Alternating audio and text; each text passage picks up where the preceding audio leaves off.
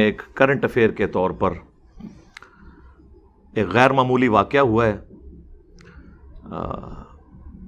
جس کو میں ڈسکس کرنا ضروری سمجھتا ہوں. وہ ہمارے جو ایکس رؤیت ہلال کمیٹی کے جو چیئرمین تھے مفتی منیب الرحمان صاحب حفظہ اللہ تعالی، انہوں نے میرے خلاف یہ ایک ریٹن میں فتویٰ لکھا ہے نام کے بغیر، اور یہ فتویٰ ایسا ہے جو اخبار میں چھپا ہے. یہ جو دنیا اخبار ہے نا، جن کا یہ دنیا ٹی وی بھی ہے، وہ میاں عامر صاحب کا، جن کے وہ پنجاب گروپ آف کالجز ہیں. پتہ چلے کہ صدیوں سے فرقوں کے علماء اور ان کے بزرگوں نے کس دھوکے میں اس امت کو رکھا. عزتیں ویل کی انہوں نے قرآن و سنت کے نام کے اوپر، سواریاں اپنی گاڑیوں میں سوار کی مکے اور مدینے کے نام کے اوپر، اور اتاری جا کے بغداد شریف، اجمیر شریف، پاک پتن شریف، فلانا شریف تے ٹمکاڑا بھی مطلب کہ بندہ فلانا ہی شریف، دوسرا بھی فلاں. اور جب انہیں کوئی کہتا ہے کہ یار تم عزت اویل کر رہے ہو قرآن و سنت کے نام کے اوپر، بتاؤ یہ جو تم باتیں کر رہے ہو یہ قرآن و سنت سے سپورٹیو ہیں کہ نہیں، تو ہر بندہ نئے انداز میں جواب دے گا. کوئی کہے گا کہ جی یہ معرفت کی باتیں ہیں.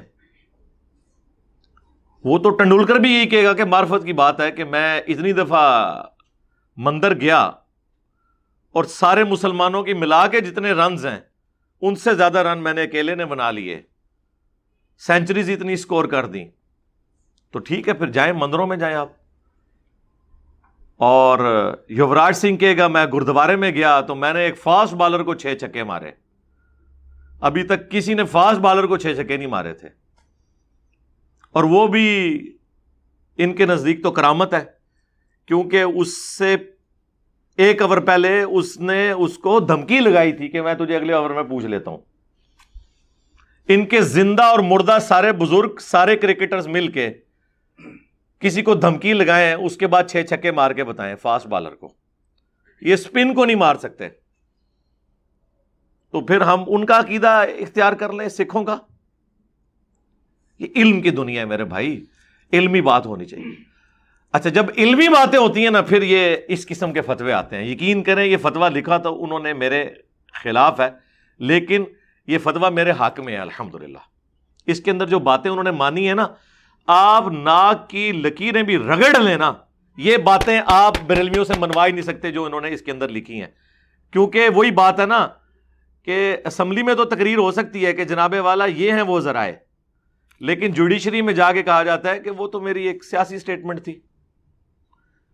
پولیٹیکل جلسوں میں یہ تو تقریر ہو سکتی ہے کہ نجم سیٹھی نے 35 پنکچر لگائے ہیں، لیکن جوڈیشری میں جا کے نجم سیٹھی سے معافی مانگی جاتی ہے.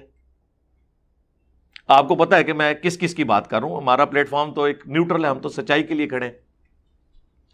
تو ان کی جوڈیشری کی سٹیٹمنٹس ڈیفرنٹ ہوتی ہیں. یہ جوڈیشری کی سٹیٹمنٹ ہے، اس میں وہ انہوں نے جملے لکھے ہیں جو بریلوی خود پڑھ لے تو انہیں پہلی دفعہ پتا چلے کہ اچھا ہمارا یہ عقیدہ ہے.